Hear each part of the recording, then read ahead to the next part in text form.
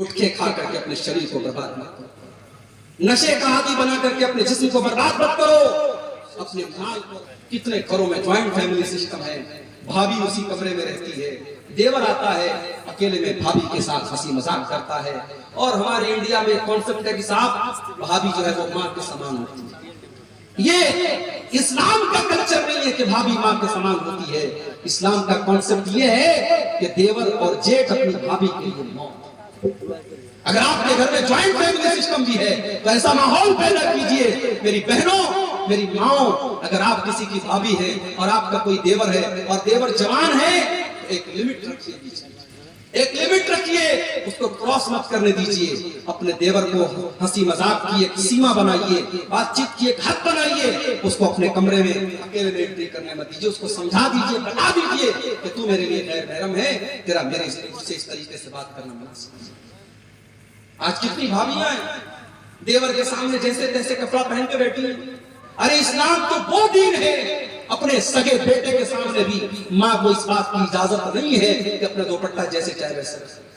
अपनी भाई के सामने बहन को इजाजत नहीं है कि बगैर दुपट्टे के रहे। अल्लाह ने कुरान में अपने महरम रिश्तेदारों के सामने भी दुपट्टा रखने का हुक्म दिया।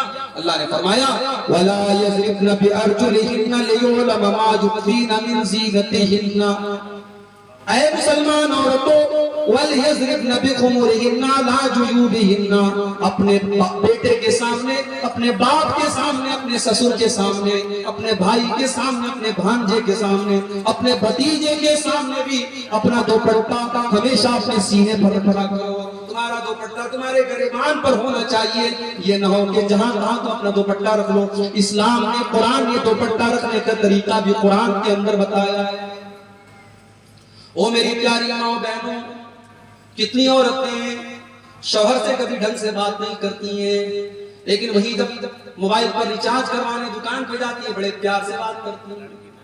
मार्केट में सामान लेने जाती है दुकानदार से बड़े प्यार से बात करती हैं।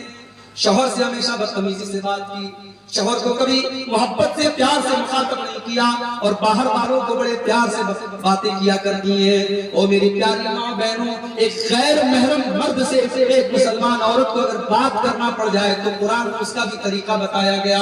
अल्लाह ने फरमाया फला तखज़ान बिल क़ौली फयत्मअल लज़ी फ़ी क़ल्बिही मरद। ऐ मुसलमान औरतों, जब तुम्हें किसी गैर महरम से बात करना पड़ जाए तो तुम्हारी आवाज के अंदर लचक नहीं होनी चाहिए, तुम्हारी आवाज के अंदर मिठास नहीं होनी चाहिए, तुम्हारी आवाज के अंदर कशिश नहीं होनी चाहिए। तुम कड़क अंदाज में बात करो, तुम टू द पॉइंट बात करो, तुम सख्त अंदाज में बात करो, और लेकिन जो बात करो सही बात करो, गाली गलौज से बदतमीजी से बात मत करो। ये है इस्लाम।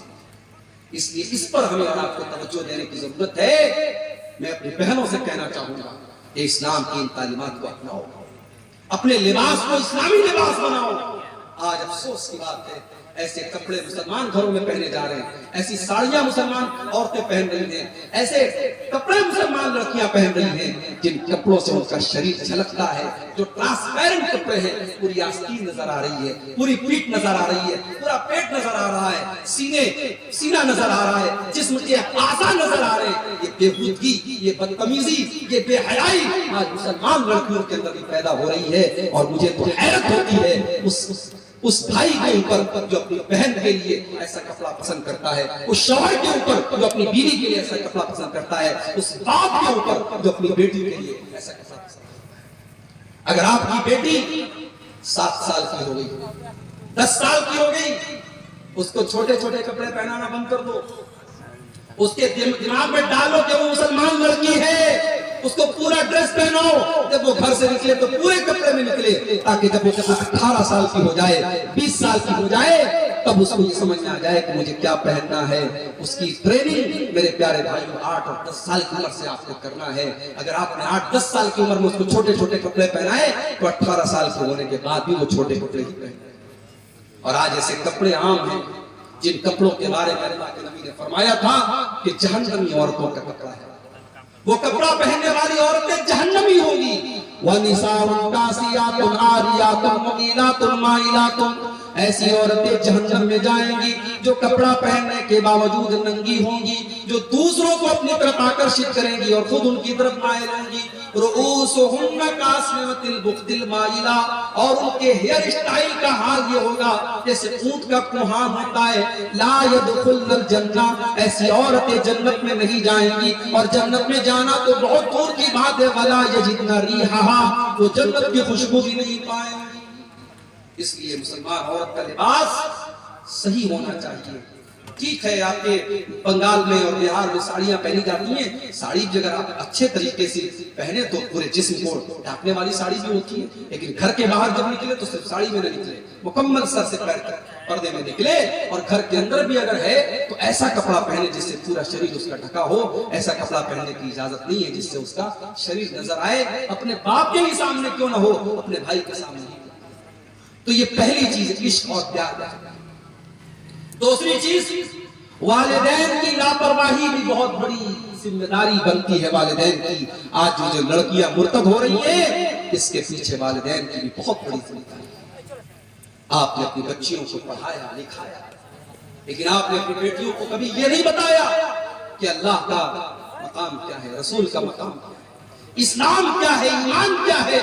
कभी आपने अपनी बेटी को नहीं बताया। मेरी प्यारी बहनों, आज प्राइमरी से लेकर हाई स्कूल तक, इंटर तक, ग्रेजुएशन तक आज तुम पढ़ाई कर लेती हो, लेकिन अल्लाह के बारे में कुछ नहीं पता, रसूल के बारे में कुछ नहीं पता, ईमान के बारे में कुछ नहीं पता, गुस्ल का तरीका तक नहीं मालूम, वज़ू का तरीका तक नहीं मालूम, पाकी के बारे में नहीं मालूम, नापाकी के बारे में नहीं मालूम। ओ मेरे भाइयों, अपनी बेटियों को ऐसी तालीम दो कि आपकी बेटी कम से कम इस लायक हो जाए कि कब्र में उससे पूछा जाए, मन रब्बु का, तेरा रब कौन है, माँ दीनु का, तेरा दीन क्या है, मन नबियों का, तेरे नबी कौन है। तो आपकी बेटी जवाब दे सके। इतनी तालीम दो अपने बच्चों को, इतनी तालीम तो दो कि कल जब आपका इंतकाल हो और जनाजा की नमाज पढ़ी जाए तो आपका बेटा इस लायक हो कि खड़ा होकर के अपने बाप की जनाजे की नमाज पढ़ सके, मग़फ़िरत की दुआ कर सके। अरे कितने बड़े बदनसीब है वो जिन्होंने बच्चों को पढ़ाया लिखाया, मगर बच्चों को इस काबिल नहीं बना सके कि बच्चा खड़े होकर के अपने बाप की जनाजे की नमाज पढ़ सके। मेरे भाइयों, अपनी बेटियों की तालीम और तरबियत पर तवज्जो। और मैं इसीलिए अक्सर कहता हूं, आपके कटिहार में और बिहार में बहुत सारी अहले हदीसों की मस्जिदें हैं जहां औरतों का इंतजाम नहीं। साल में जलसा कराने पर 3 लाख 4 लाख रुपया खर्च कर लेंगे, और जलसा कराना मजबूरी भी है। बोली साहब, हमारे इलाके में जलसे के बगैर मस्जिद नहीं बन सकती, जलसे के बगैर मदरसा नहीं चल सकता, जलसा कराना मजबूरी है। जलसे बुरे नहीं है, जलसों को अगर थोड़ा सा सुधार दिया जाए, जलसे बुरे नहीं है। मगर आप मुझे एक बात अपने सीने पर, दिल पर हाथ रख के बताइए, इतना खतरनाक दौर चल रहा है, फितनों का दौर चल रहा है, आपकी मस्जिद में औरतों का इंतजाम क्यों नहीं? क्या आप इतने गरीब हैं? क्या आपके पास इतनी ताकत नहीं है कि आप अपनी मस्जिद में एक फ्लोर और बनवा दें और औरतों का इंतजाम करवा दें?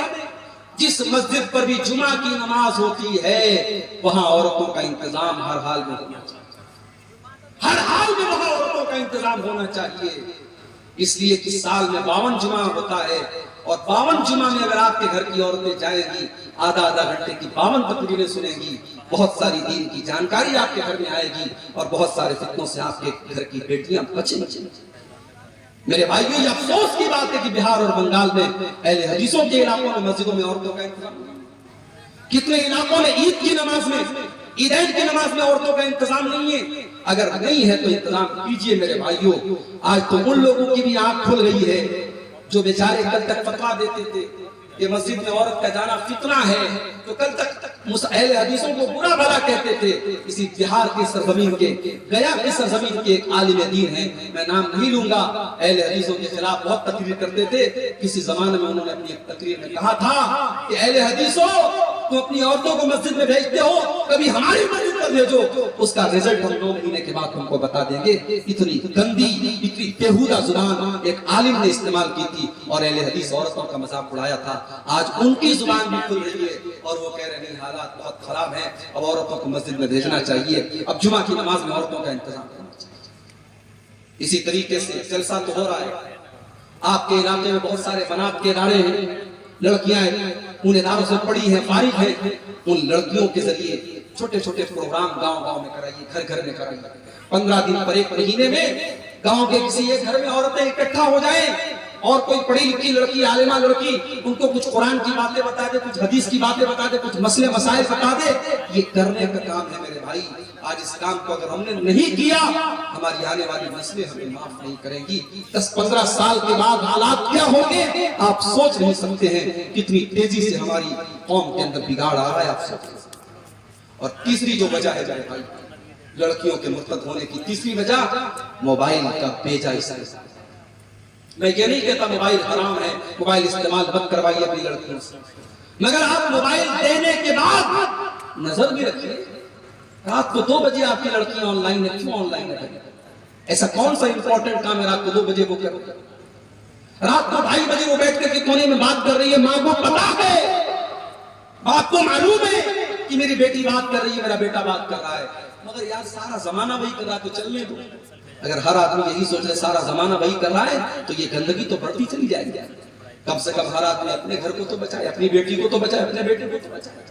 मेरे भाई को याद रखो, अगर माँ के कदमों के नीचे जन्नत है और बाप जन्नत का दरवाजा है, तो हर बाप ये भी सुन ले, हर माँ ये भी सुन ले कि अगर आपने अपनी औलाद की सही तरबियत नहीं की है, तो ऐसी माँ के लिए और ऐसे बाप के लिए जहन्नम की वईद भी है। अल्लाह के नबी फरमाते हैं, मा मिन अब्दिन यस्तरईहिल्लाहु रईयतन सुम्मा यमूतु यौमा यमूतु, जिस इंसान के कंधे पर अल्लाह ताला कोई जिम्मेदारी डाल दे और अपनी जिम्मेदारी को वो सही तरीके से पूरा न करे और उसी हाल में उसका इंतकाल हो जाए, इल्ला हर्रमल्लाहु अलैहिल जन्नह, ऐसे इंसान के ऊपर जन्नत हराम है। जन्नत हराम, उस माँ के लिए जन्नत हराम है। इस माँ ने अपनी बेटी पर नजर नहीं रखी। अपनी बेटी कॉलेज की छुट्टी हो रही है 2 बजे, घर आ रही है वो 6 बजे, बाप को कोई फिक्र नहीं है, माँ को कोई फिक्र नहीं है। नहीं मेरे भाई, आप तरबियत कीजिए, आप तवज्जो दीजिए और मोबाइल का इस्तेमाल जरूरत भर होना चाहिए। अपनी बहनों से कहना चाहूंगा, इंस्टाग्राम पर आईडी बना करके गैरों से बात करना बंद कर दो, व्हाट्सएप पर गैरों से चैटिंग करना बंद कर दो। कुछ लड़कियां होती हैं कहती हम टाइम पास के लिए कर रहे हैं। माफ कीजिए, आपके टाइम पास करने के लिए बहुत सारे काम हैं, टाइम पास करने के लिए बहुत सारे काम हैं।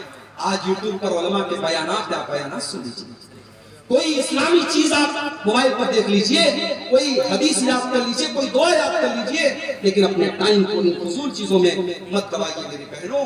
ये आपके लिए बहुत मुहलिक और खतरनाक है।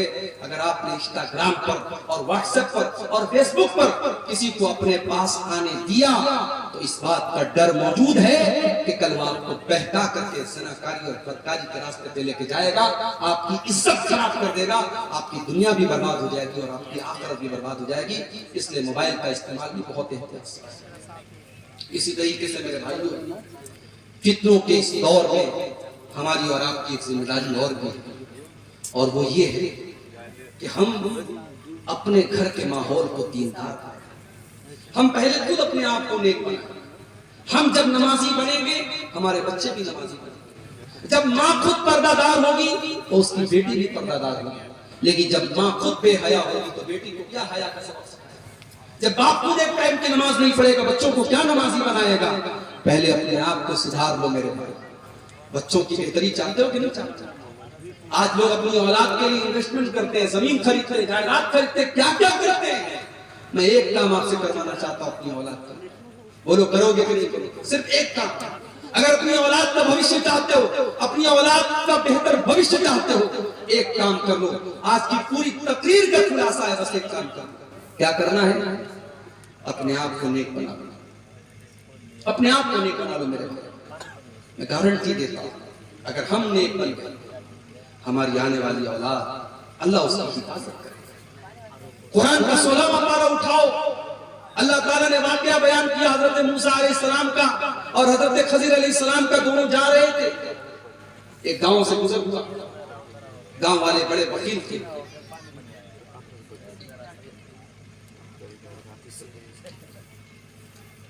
गांव वाले बड़े कंजूस थे। दोनों को भूख लगी थी, खाना मांगा। गांव में किसी ने खाना नहीं। दोनों बेचारे थके हारे दीवार के सहारे बैठे हुए। अचानक हजरत खजर ने देखा कि एक मकान की दीवार गिरने वाली है। हजरत खजर बॉडी बिल्डर आदमी थे, खड़े हुए और अपने हाथ से दीवार को ठीक कर दिया। मेरे वो नौजवान जो गुटखा खाते हैं, तंबाकू खाते हैं, शराब के आदी हैं, ड्रग्स के आदी हैं, याद रखें वो अपनी जवानी को बर्बाद कर। जो गुटखा का आदी है कल वो एक अच्छा बाप नहीं बन सकता, अपनी बीवी का हक सही तरीके से अदा नहीं कर सकता, एक अच्छा शौहर नहीं बन सकता, समाज में एक अच्छा इंसान नहीं बन सकता। गुटखे खा करके अपने शरीर को बर्बाद मत करो, नशे का आदी बना करके अपने जिस्म को बर्बाद मत करो, अपने माल को और अपने शरीर को बर्बाद मत करो। हजरत खजर की तरह बॉडी बिल्डर बनो, हजरत मूसा की तरह बॉडी बिल्डर। हजरत खजर ने अकेले वो दीवार ठीक कर, जब वो दीवार ठीक कर दी तो हजरत मूसा को बड़ा गुस्सा आया। उन्होंने कहा कि आपने दीवार क्यों ठीक कर दी, तो बड़े कंजूस लोग थे, इन्होंने मैं खाना तक नहीं पूछा और आपने इनकी दीवार ठीक कर दी, आपको पैसा ले लेना चाहिए था। तो हजरत खजर ने उसका जवाब दिया, कहा कि वो दीवार दो यतीम बच्चों की, वो अम्मल जिदार फकाना ले गुलामैन यतीमैन फिल मदीना, वो दीवार दो यतीम बच्चों के मकान की दीवार थी और उस दीवार के नीचे उनका खजाना दबा हुआ था और उन बच्चों का बाप बहुत नेक इंसान था, बाप मर चुका था, लेकिन औलाद के खजाने की हिफाजत अल्लाह ने मुझे करने का हुक्म दिया, इसलिए मैंने दीवार को गिरने नहीं दिया, ताकि कल जब वो बच्चे जवान हो जाएं अपने बाप का खजाना पालें।